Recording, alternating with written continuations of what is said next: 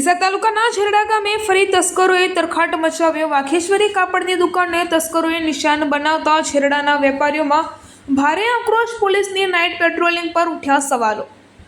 ડીસા તાલુકાના છેરડા ગામે તસ્કરો જાણે પોલીસને પડકાર ફેંકી રહ્યા હોય તેમ દિન પ્રતિદિન ચોરીની ઘટનાને અંજામ આપી રહ્યા છે। થોડા દિવસ પહેલા બસ સ્ટેન્ડના પાછળના ભાગમાં આવેલ સોસાયટીમાં પરેશભાઈ બ્રાહ્મણના ઘરના તાળા તોડી રોકડ રકમ અંદાજિત 1 લાખ રૂપિયાની ચોરી થઈ ગઈ હતી। ત્યારબાદ છેરડા આગમાતા મંદિરની દાનપેટી તોડી રોકડ રકમ ચોરાઈ। ગામમાં ચહર માતાના મંદિરે દાનપેટી તૂટી દલભાઈ નાઈના ઘરે રોકડ રકમ ચોરાઈ। બસ સ્ટેન્ડ પર આવેલી અનેક દુકાનોના તાળા તૂટ્યા।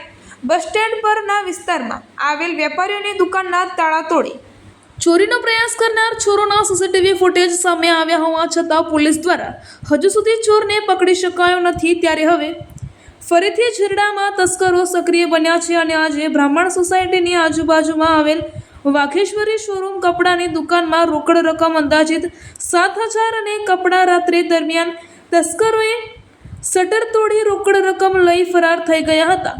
આ ઘટનાના પગલે વાઘેશ્વરી દુકાનના માલિક સવારે આવ્યા ત્યારે ખબર પડતા ડીસા પોલીસને જાણ કરાતા તાલુકા પોલીસે ઘટના સ્થળે પહોંચી વધુ તપાસ હાથ ધરી હતી।